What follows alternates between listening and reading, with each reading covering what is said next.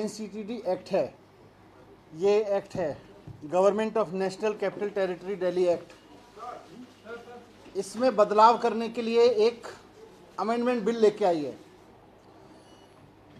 ये जो बिल है, ये जो अमेंडमेंट लेके आ रही है केंद्र सरकार, भारतीय जनता पार्टी की सरकार, ये जैसा मैंने कहा कि संविधान के खिलाफ है और साथ साथ लोकतंत्र के खिलाफ है। इस बिल में लिखा हुआ है, ये बिल है, अमेंडमेंट बिल, इसकी कॉपी है।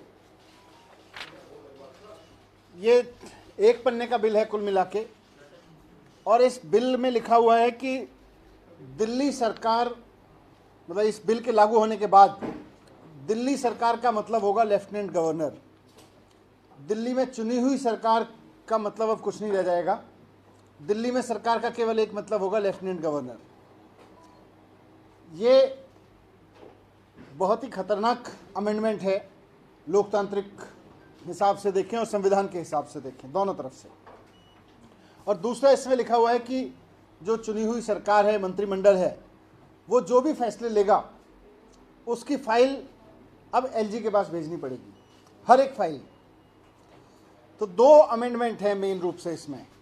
पहला ये कि सरकार का मतलब होगा लेफ्टिनेंट गवर्नर, तो इसका मतलब यह है कि चुनी हुई सरकार का कोई मतलब नहीं रह गया, चुनाव कराने का कोई मतलब नहीं रह गया, मुख्यमंत्री मंत्री का कोई मतलब नहीं रह गया, सरकार केवल एलजी साहब होंगे। तो ये एक बहुत ही तानाशाही भरा अमेंडमेंट है। और दूसरा, जैसा मैंने कहा कि हर एक फाइल एलजी के पास भेजनी पड़ेगी, ये भी अपने आप में एक बहुत तानाशाही भरा है कि फिर सरकार चुनने का मतलब क्या रह गया, फिर चुनाव क्यों करवाते हो, फिर डेमोक्रेसी का दिखावा क्यों करते हो।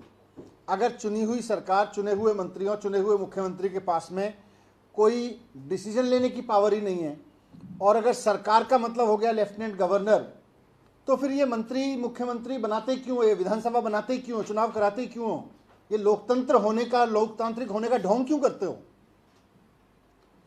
मैं इसको थोड़ा सा विस्तार से आपके सामने रखना चाहता हूं, इसकी हिस्ट्री के साथ में। इसका सारा पावर देश चलता है कॉन्स्टिट्यूशन से।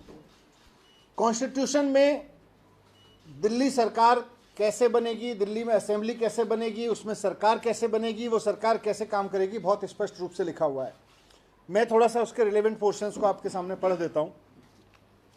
कॉन्स्टिट्यूशन में 239 AA एक आर्टिकल है। 239 AA में लिखा हुआ है कि there shall be a legislative assembly for national capital of Delhi. Delhi की एक असेंबली होगी, विधानसभा होगी।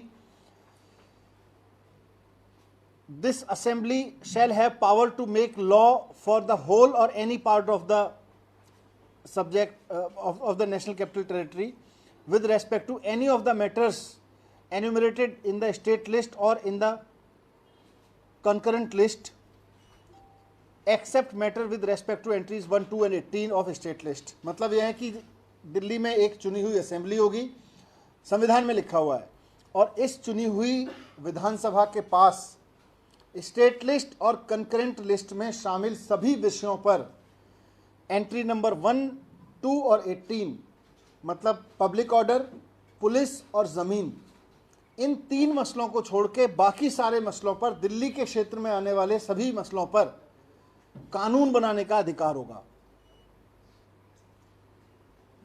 मेक लॉ, कानून बनाने का अधिकार होगा। ये इसमें संविधान में साफ साफ लिखा हुआ है। आगे लिखा हुआ है कि संविधान, ये विधानसभा के साथ साथ दिल्ली में there shall be a council of ministers consisting of not more than 10%, उसका पूरा कंपोजिशन है। और ये there shall be council of minister of not more than 10% of the total number of members in the assembly with the chief minister at the head of aid and at the head to aid and advise the lieutenant governor।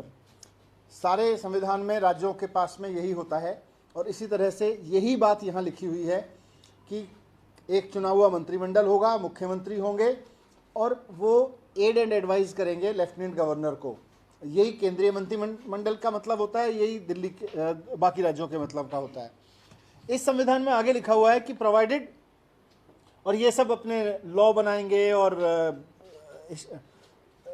बाकी सारा functioning करेंगे, इसमें ये लिखा हुआ है संविधान में, provided that in case of difference of opinion between the LG and ministers on any matter, LG shall refer this to president. अगर एलजी और चुनी हुई सरकार के बीच में कोई मतभेद होगा तो वो मामला प्रेसिडेंट को जाएगा और प्रेसिडेंट के हिसाब से उस पर काम होगा। ये सिंपल सी भाषा में लिखा हुआ है।